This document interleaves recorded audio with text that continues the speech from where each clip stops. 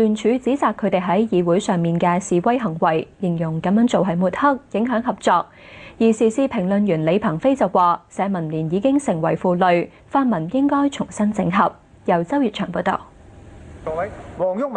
社民連喺上星期財政預算案發表期間，衝出座位打斷財政司司長曾俊華嘅發言，被民主黨同公民黨聯署指責，並且建議修改議事規則。社民連批評民主黨同公民黨抹黑，要求收返言論，否則難以繼續合作。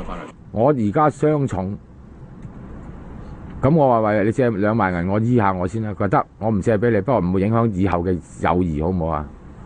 佢唔係添，仲要揼多兩腳，唔俾2萬之後，我揼你兩腳，你唔死得啦。但係有友誼都唔通㗎，根本。但社民連話暫時仍然會繼續出席泛民嘅飯盒會。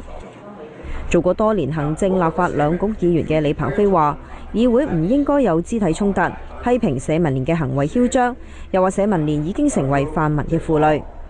合作唔嚟咁咪唔好合作咯。你問下泛民其他啲啦，除咗大家要推動民主之外，佢哋有乜嘢係能夠同社民連傾嘅咧？冇㗎。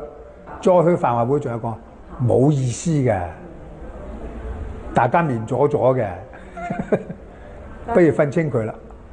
佢話公民黨同民主黨應該盡快考慮合併。now 寬頻電視機。